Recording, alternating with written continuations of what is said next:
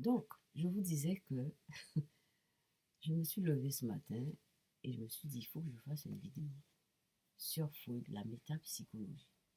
C'est des choses qui sont enfin, qui sont très compliquées en même temps. Parfois, j'ai des petites étincelles. C'est pour ça que je vais lire un passage et voilà. Et on va commenter petit à petit, etc. Alors, donc, c'est la métapsychologie de Freud. Alors, c'est dans PUF, chez PUF, c'est dans la préface. Dans la préface.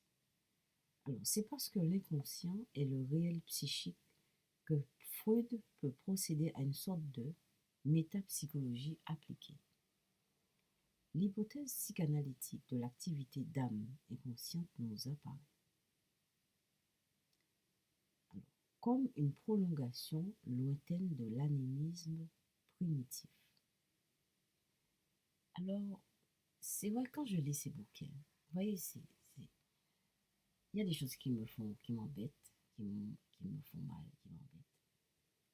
Mais on peut pas, moi je me dis Agnès, de toute façon, tu es obligé de vivre avec ce qu'il y a. Et voilà. Mais l'animisme, moi je dirais que l'animisme, bon, il oppose un peu l'animisme à la métaphysique. Oui, je ne suis pas très connaisseuse de la métaphysique. J'ai juste cherché la définition un petit peu pour essayer d'éclaircir mes idées sur la métaphysique, parce qu'il en parle un plus tard dans le texte.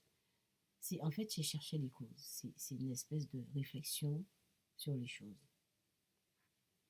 Et quand on dit réflexion, on est dans la raison. Tandis que l'anémiste, lui, il a fait taire sa raison et il conçoit les choses. Il se laisse prendre par les choses, c'est ce qu'on croit. Hein? Il se laisse prendre par les choses et il a des connaissances autres. Il a une autre façon. Moi c'est ce que je retiens dans l'anémisme. Je suis peut-être anémiste, j'en sais rien.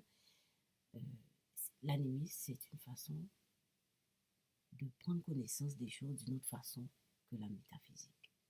C'est une autre façon, c'est une métaphysique d'un autre niveau, on peut dire ça.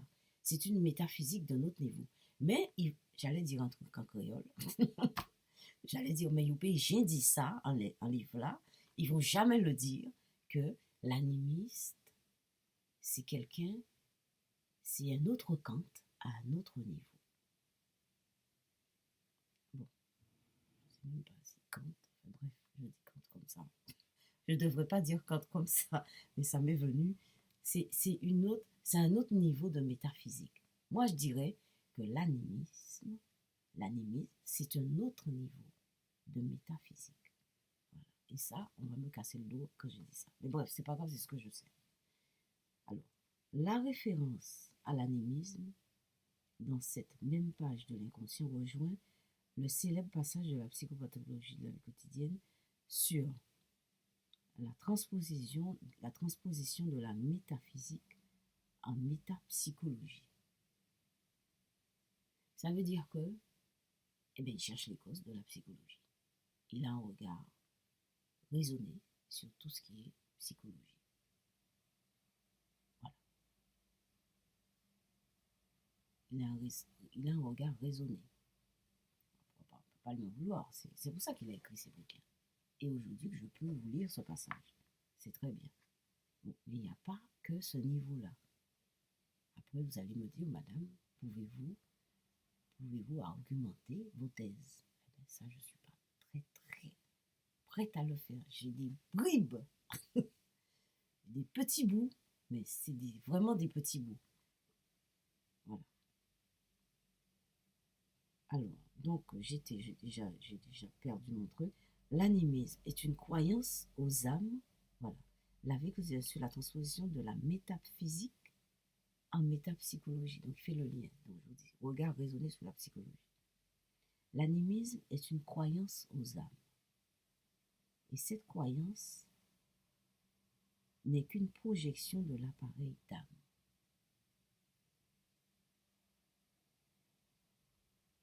L'animisme est une croyance aux âmes.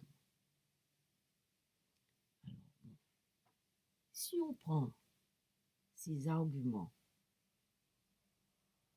si on utilise ces arguments, on peut démonter ce qu'il dit. Hein. Mais bon, on va pas faire ça, on va pas démonter tout. Machin. L'animisme est une croyance aux âmes. C'est-à-dire, l'animiste va vous dire, par exemple, pourquoi, quand on utilise une cuisine, on ne nettoie pas la cuisine? Quand on va dans la cuisine nous aide à faire à manger. Les plaques nous aident à faire. On allume les plaques, on a bien besoin des plaques pour faire à manger. On a bien besoin du sol pour marcher et pour être dans la cuisine et pour faire à manger, pour préparer nos plats. Et pourquoi on ne laisse pas, on ne nettoie pas la cuisine? Dire merci à la cuisine, ça c'est animiste. C'est ce qu'on croit. C'est normal. Si vous ne nettoyez pas votre maison, vous n'allez pas vous sentir bien chez vous. Il faut dire merci au lieu. C'est ce que moi je crois. Enfin bon. Donc l'animiste est une croyance aux âmes. Tout comme. Et cette croyance, je me perds parce qu'à chaque fois j'arrête, je commente et je perds le texte. Alors tout comme dans la psychopathologie, la métaphysique est une psychologie projetée dans le monde extérieur. La métaphysique est une psychologie projetée dans le monde extérieur. Pourquoi pas? Pourquoi pas? Quand on considère que tout vient de l'intérieur vers l'extérieur, on peut le dire. On peut le dire. L'idée est ancienne et appartient elle aussi à la spéculation freudienne. Ça veut dire que peux-tu imaginer ce que sont les mythes endopsychiques? La toute dernière excroissance de mon dernier travail de pensée. La métaphysique est nommée la psychomythologie. La métaphysique est nommée la psychomythologie, où des réalités endopsychiques sont projetées vers l'extérieur sous forme de mythes et d'illusions de pensée.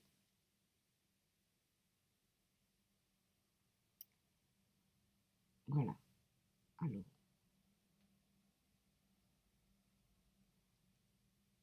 c'est Jung qui utilise les mythes, c'est-à-dire que c'est Jung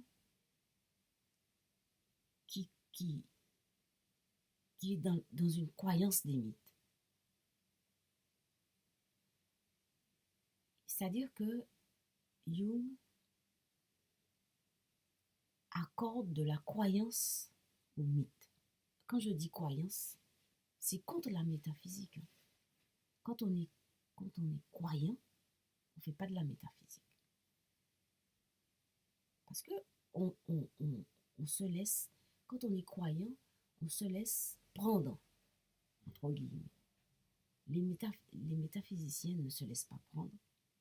Ils ont toujours du recul pour voir les choses, pour comprendre les choses. Voilà. Voyez. C'est Jung qui a accordé au mythe de la croyance. Mais c'est pas pour ça qu'il s'est laissé prendre. Peut-être, hein? Peut-être. Il joue là-dessus. Il joue là-dessus. Voyez? Voilà. Donc, la métaphysique est nommée